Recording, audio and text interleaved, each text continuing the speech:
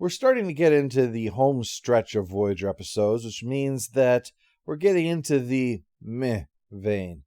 You know, it's the equivalent of the chips near the bottom of the bag, the ones that are all busted up and you're just taking a lump of fragments kind of thing. Not notorious, not great, not memorable. When you reach this point, you're getting into and the rest. Now, of course, that's not a reason to dismiss them all out of hand. There can always be a diamond in the rough. I mean, I say that with the desperation of someone who frequently finds himself on lists of rest of the cast, which consists only of my name, or being the sole person referred to as and anyone else I forgot to mention. After all, the Professor and Marianne were both and the rest, and she was arguably harder than Ginger was, and he could make a TV out of a coconut, so there you go. So let's see if Vis-a-vis fits into that, or if it's just a bunch of chip fragments. We kick off on the holodeck, where Tom is working on a Camaro in a garage. Why he'd feel the need to escape from his shipmates is beyond me.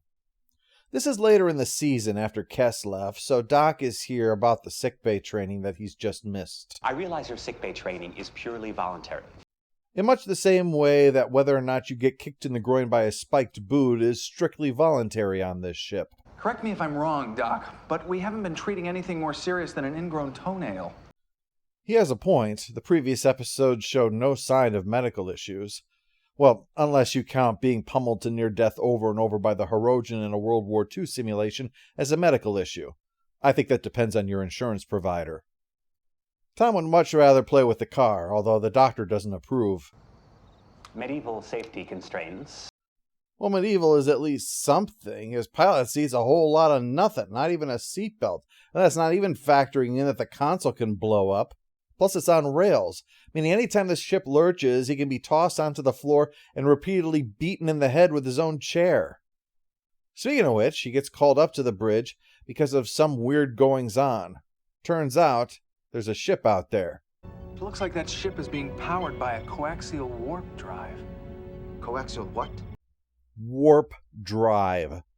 Sorry, I should have called it a spatially inverting quantum tunneling macroparticle multispectral tachyon field generator instead of losing you in my technical jargon of warp drive. I mean, obviously you've never heard that term before. Tom explains that this is a purely theoretical engine, and that if it goes wrong, it can destroy everything within 1 billion kilometers. So when Harry is unable to beam the lone pilot out, Tuvok suggests maybe they should run away while they still can. But Tom cooks up on the fly a theoretical way to stabilize this using Voyager by getting right up there, and sure enough, it saves the ship and the test pilot, who is naturally very grateful. The dude's name is Steth. They'll help him get his ship sorted out because it's really hard to get AAA in the Delta Quadrant. Tom takes this opportunity to visit Chakotay. He wants to help work on the coaxial warp drive, but Chakotay has a few questions, because something's wrong with Tom. I mean, besides his hair, that much is obvious. Ugh. Besides missing the shifts in sickbay, Tom is fulfilling his duties, but minimally, just going through the motions. We'll soon find out this extends to his relationship, too. This episode was the first one written by Robert Dougherty, who was assistant to the producers, which is a position with all of the clout that it sounds like. Now, I don't say that to put him down, but rather to explain that he was writing this script with no previous screenplays behind him, and previously worked in a position where there might be some writing involved, but nothing quite like creating an entire script. That's important because the most glaring problem that Vis-a-vis has is that it has a less than effective structure that suggests that someone inexperienced was behind it. We'll follow the narrative as we go on to see this more. Chakotay gives Tom the chance to work on Steth's ship. Here it is, a coaxial induction drive. It draws in subatomic particles and reconfigures their internal geometries. And this is what makes folding space possible? At least in spurts. Just take it out and get your greasy fingerprints all over it. Tom soon remembers that he's supposed to be eating with Torres. He shows up when she's already finished, and then when she asks if he can help her tonight, you know, it's the perfect way to get back in your SO's good graces, he says he wants to go play with his friends some more. When Torres notes his behavior of late, he gets, You haven't even told me what holodeck program this is that has you so fascinated. The Dancing Girls of Nanipia Prime. It's very entertaining. Juvenile is the word that comes to mind. This is the first part where the structure comes in. Tom is starting to become disillusioned with his current situation, but his behavior is getting beyond the realm of exploration and subtlety and more into flaunting it. The more overt you make the change of behavior, the more the arc of it should be in prominence in the story. And Tom is practically slapping his naked genitals against Tora's head ridges in his overtness. If you can carry on an adult conversation without all the histrionics. Good night, Tom. You know you're a dick when someone who is nearly lobotomized for her anger management issues is the voice of reason. Speaking as a rage monster with a wrench, I'm not talking to you again until you settle down. While all this fun has been going on, Steth has had a case of I can't remember what my shape is supposed to be. He'd morphed into this sort of Nosferatu woman for a little while Tom's back was turned. His computer says he needs to get that fixed, as well as the flux capacitor for his ship. But Tom thinks that he has the answer to the second problem anyway, because of course he does. He's Tom Paris, jack of all trades, master of most. Tom draws inspiration from the carburetor in the Chimera to fix the flux capacitor, taking a chance for Steth to talk about his life of flexibility, which in turn allows Tom to contrast it with his own current life, although he notes he has everything he's ever wanted now. The question that is planted in our minds then is, why is Tom so unhappy if he has everything he's ever wanted?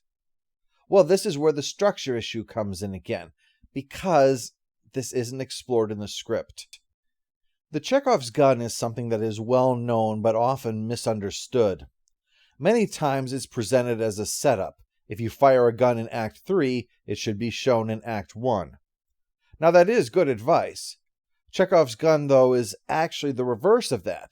If you show there's a gun in Act 1, you need to fire it in Act 3. If you don't, get rid of the gun. The idea is that you don't call attention to something if you're not going to have it pay off in some way, as far as the plotline goes, of course. Now, obviously, things like world building, mood, characterization can rely on details that are not necessary for the plot, but serve a different narrative function. But that is the idea behind Chekhov's gun. If you call attention to it, does it pay off?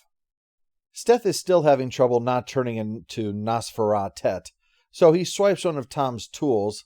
Tom has an old-fashioned lucky toolbox he carries around, because of course he does, and then heads to the cargo bay to download all of Tom's biographical data, except the cargo bay he picked is also Seven's room. And Seven will narc on you faster than a Boy Scout who graduated top of his DARE class. Steth is barely able to talk his way past her, claiming that he's going to go see Tom on the holodeck. But soon Steth and Tom are finishing up installing the flux capacitor when Tom notices the missing box wrench from his toolbox. Steth took it to look at his DNA, because he needs to swap with somebody else. This is not a traditional body swap going on here. They don't touch the skull or anything like that. They basically have both of their existing bodies altered. That's good. Gets around that whole mind transfer conundrum of putting a genius into the brain of an idiot and still getting a genius. Because let's face it, you are not running Skynet in a Nokia phone. So Steth stuns Tom into unconsciousness, swaps clothes with him. I mean, I suppose technically Tom is no longer sporting anything Steth hasn't seen already before. Just seems kind of weird. And he sends the ship flying off on autopilot after returning to Voyager. Steth is trying to muddle through here, but is doing this poorly. You'd think he'd never have stolen someone's life before. He gets confused trying to find sickbay, misunderstands what Harry is talking about with golf. I can't wait to get my hands around one of those clubs. Ensign Kaplan won't know what hit her. What? Harry plays for keeps. By the way, this means either Voyager had 2 Ensign Kaplans, or they plan to play golf with someone who was killed last year. Well, then again, that doesn't really sound too out of the ordinary for Harry, does it? Oh, a game of golf with an alien posing as my best friend against a dead woman. Whoa, everything's coming up, Harry Kim. Steth Paris finally finds sickbay, but doesn't understand any of what he's supposed to do. But then he rolls a natural 20. he decides to appeal to the doctor's ego. He presents himself as someone struggling to understand all of this while standing in the shadow of a genius. And the doctor is quick to diagnose Paris as suffering from an inferiority complex from proximity to his own greatness, and gives him the day off. So, time to spread some joy this way. What do you think you're doing? Putting? In my quarters? I can't putt in your quarters? No. Her response is like she's had this conversation with him before. I would not be surprised. But Steth Paris quickly turns on the charm and starts making out with her. Meanwhile, the real Paris wakes up looking like Steth, far from Voyager, locked out of the controls for the flux capacitor. It already looks like a bad day. But then it gets worse. The man shows up. There's a couple of space cops outside that want to take this vessel into custody. But after the commercial break, another ship comes in and blasts them off. Seems Steth has been making friends all over the place. Lady Nosferatu shows up. It turns out she's the real Steth, here to get her body back. And of course, Tom has no idea how to do that, and even if he did, it's probably not a good idea. His relationship with B'Elanna is complicated enough without becoming a lady vampire. Speaking of which, Steth Paris interrupts her work with plans to beam down and take a vacation on the planet below. What could Janeway do? Execute us? We should be so lucky. He's a real prig to her when she refuses, and then goes to get loaded, forgetting that he was supposed to be working with Seven and trying to install a coaxial warp drive into a shuttle. What's more, she caught him reading the captain's personal logs, and refuses to take, "What are you going to believe, me or your own eyes?" as an answer. Seven will not accept this, nor will she accept threats. Steth doesn't seem to realize that Seven once won a physical struggle against a Vulcan. Even a Tom Paris body is only going to wind up with an ass-whooping if he gets violent. Well, as established, Seven is a narc, so Steth Paris is soon called into the ready room to answer for what happened. And every attempt of his to weasel out of this fails. Yeah, don't bullshit a bullshitter. Janeway says he's gone from kind of acting like an asshole lately to fucking mental, and says he needs to go to sickbay to make sure this isn't something physically wrong that's turning him into this raging hemorrhoid. Well, next thing you know... This happens a lot more often around here than you think. Lucky I installed that stainless steel trachea after the last time. As you can imagine, Steth was reading Janeway's personal logs to prepare to swap with her. So that's Janeway in Tom's form now. But not to worry, the real Paris is working with the real Steth to get this ship working again to get back to Voyager and straighten this whole mess out. The doctor has detected the trace of the original DNA in the fake Tom Paris body just in time for the alien ship to return. Paris explains that the alien is a identity thief. His terms, yep. You should see some of Tom's credit card bills. Oof. How many Prada handbags does one alien need anyway? Knowing the jig is up, fake Janeway has the comm turned off, the ship locked in a tractor beam, and runs off claiming to go check on Tom in sickbay to get to the bottom of this. Instead, she heads to the shuttle Seven's modifying, this time knowing to bring a phaser to deal with the Borg instead of a strong arm. You are not the Rock. Chakotay is confused by Janeway leaving. Well, he's more confused than usual, I mean. And real Paris convinces him that he is who he claims to be, and so is allowed to pursue the shuttle, where the alien gloats. It's in Janeway's body, after all. It comes easily. Surprised you're so eager to reclaim your life on Voyager, Tom. I was just as disappointed with it as you were. Then I guess we were both wrong. Oh, tap the character art to keep it going there, Tom. It's kind of like watching the shot clock, and he had to just toss that up there to keep the plot in play. To keep the bad guy from escaping for good, Paris uses his understanding of his carburetor modification to disable the shuttle without killing the pilot. If that happened, they'd all be stuck like this. But not to worry, it works, and Doc is able to put them all back to rights after that, and the real Steth intends to take the alien back to find all the other victims and set them right. And in the coda, Tom takes Torres to see the Camaro to explain that he needs to stop shutting her out. And I guess that's all that needs to be said. Time to make out in the car. Shouldn't you be doing that in the back seat? The post-episode follow-up. Neelix says only one line this episode, which is 10 lines more than he should get in any episode. Final score for Vis-a-vis is 5 out of 10. The character arc is woefully mismanaged, and body swapping has been done better. This is clearly a freshman outing from someone at the start of their writing career, which explains why they buried it here in Season 4. What partially helps it is McNeil's ability to perform as the alien in an entertaining way. I found particularly amusing his confusion over whether Harry was actually planning to beat someone up with a club. And also, guest star Dan Butler demonstrates flexibility in playing 3 different characters convincingly. He made the delivery of Tom's lines believable. But alas, the script needed a more experienced hand to reach its full potential. We can glean that Tom might miss the freedom that he used to have before he had responsibilities. We can guess from his line to Steth that losing his life made him appreciate it, and there could be something said for subtlety in all of this, but the problem is that the setup for the character arc was not subtle in the slightest. It was, if anything, over the top.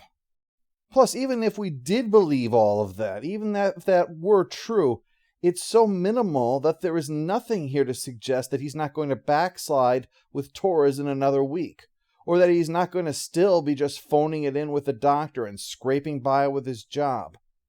Now, don't get me wrong, this would be perfectly fine if not keeping it resolved was the intention, if they were trying to have this as a new direction or a new story arc for a while.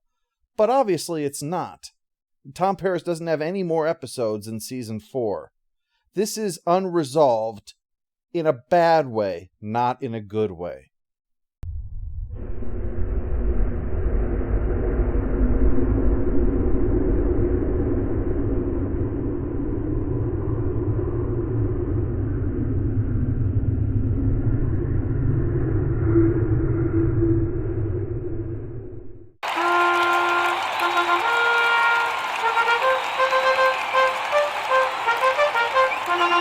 All hail your